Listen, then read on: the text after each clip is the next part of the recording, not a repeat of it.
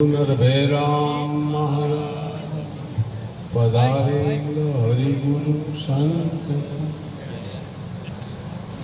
गुरुर् ब्रह्मा गुरुर्विष्णु गुरुदेवो महेश्वर। गुरुर् साक्षात् परब्रह्म तस्मै श्री गुरवे।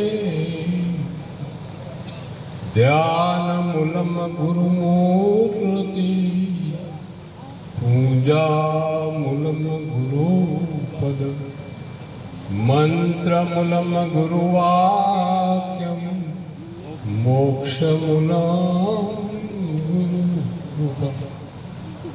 तत्वसार त्रिलोकमां गुरु गोविंद एक आद अंत मध्य एक छे। हरि गुरु संत वसुदेवं सुतं देवं कंसचारुं मर्दनं देवकी परमानंदं कृष्णं वंदे जगद्गुरु। सदगुरु भगवान की આજના પ્રસંગે કાતરા મુકામે સેનજીરામ મહારાજે એમના સુપુત્રનું નિર્વાણ દિનનું નિમિત્ત લઈને આજનું આ જ્ઞાન યજ્ઞ ઉપસ્થિત કર્યો। એમાં આટલા બધા સંત મહાપુરુષોને આમંત્રિત કરી લાવો લીધો છે। મને પણ આટલા બધા મહાપુરુષોનો આપ સૌને દર્શન કરાવ્યા, એટલે એમને ખૂબ ધન્યવાદ। ગુરુ મહારાજ એમની ભક્તિમાં ખૂબ નિષ્ઠા વધારે, સૌ વાતે સુખી થાય એવી સદગુરુને મારી પ્રાર્થના છે। આજના જ્ઞાન યજ્ઞમાં ઉપસ્થિત આદરણીય પરથીરામજી મહારાજ, પૂજનીય દેવપુરી બાપુ, પૂજનીય શંકરનાથ બાપુ, એમની ગુરુગાદીથી પધારેલ મણિરામજી મહારાજ, ઈશ્વરરામ મહારાજ, મહેન્દ્રરામ મહારાજ, જ્ઞાનપીઠ ઉપર ઉપસ્થિત બધા જ અધિકારી મહાપુરુષો, સામે બિરાજમાન વહાલા સંત ભાઈ બહેનો, ચેનજીરામ મહારાજ વિશે ઘણી બધી વાતો સંતોને કરી। મને પણ ચેનજીરામ મહારાજનો નજીકથી અનુભવ છે। એમના મંડળોમાં મારે ઘણી વાર જવાનું થાય છે, મને બોલાવે છે। એટલે કોઈ પણ બગીચામાં જઈએ ને એટલે માળી કેવો છે ખબર પડે। કેટલાક બગીચામાં જાવ એટલે માળી એવો બગીચો બનાવ્યો હોય કે સુગંધ આવે, કેટલીક જગ્યાએ દુર્ગંધ પણ આવે। ગુરુનો મહિમા આપણે કરીએ તો પાછળ વેલો રહેવાનો। ભગવાન કૃષ્ણને ગીતામાં કે મારે કોઈ કર્મ સંભવતું નથી। અર્જુનને કહે છે આ બધાને મેં મારેલા છે,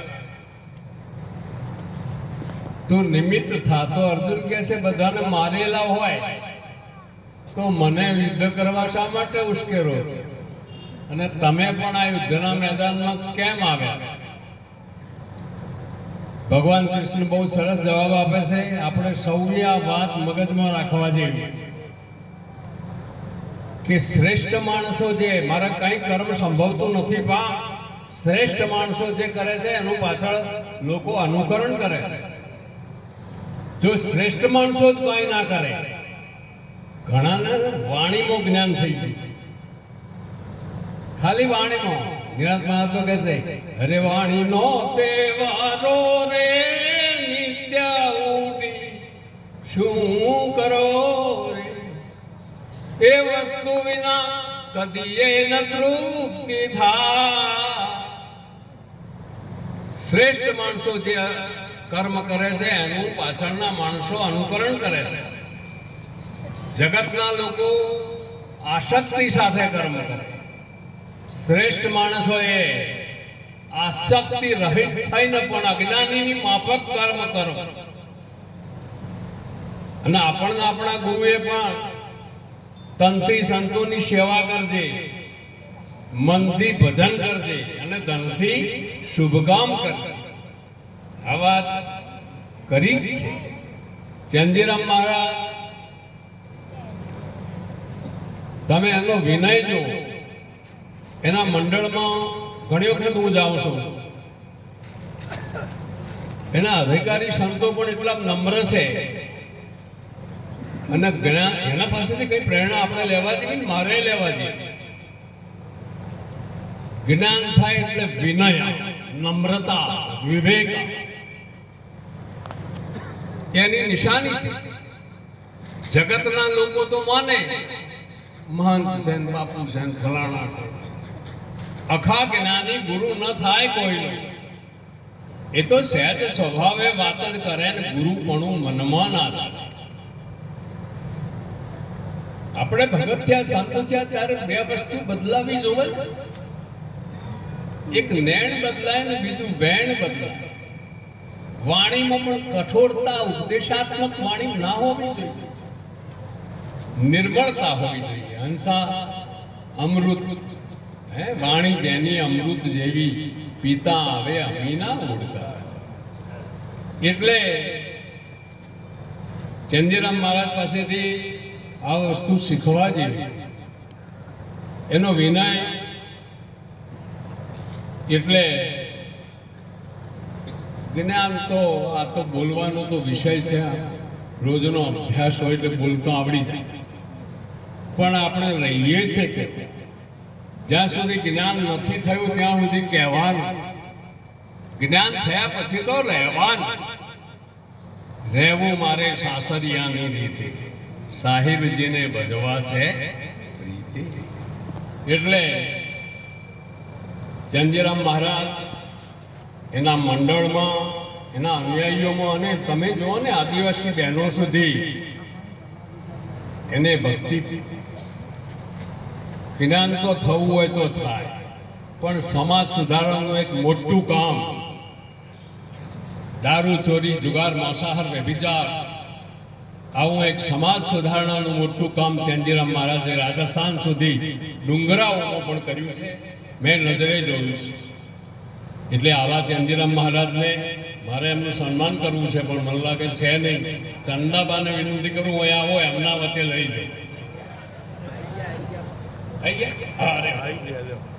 બાપુ આવો, તમે ચંદાબા આપણી ગાદી તરફથી મેં જોયા નહીં એટલે મારે પહેલું કહું, તમે ધોતી પહેરો છો એટલે ધોતી જ નહીં સારું.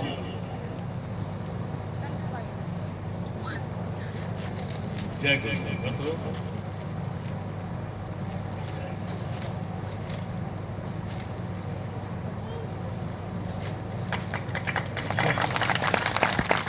એટલે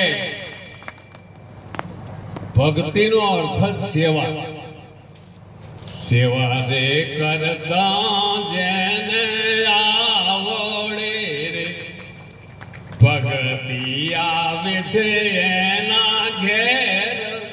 વખાણું મારા સંતને, ભક્તિ આવે ત્યાં ભગવાન દોડતા રે. સાથે આવે લક્ષ્મીજી માત, વખાણું મારા સંતને. સેવા કર, સેવાથી મોટી કોઈ ભક્તિ નથી.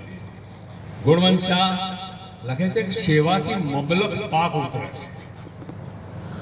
ભગવદ્ ગીતામાં આપણા ભગવાન કૃષ્ણ લખે, હે અર્જુન, સેવાથી આબાદી પ્રાપ્ત થશે, પણ એ વેચવાની નહીં, પૈસા લઈને નહીં આપવાની, વેચવાની.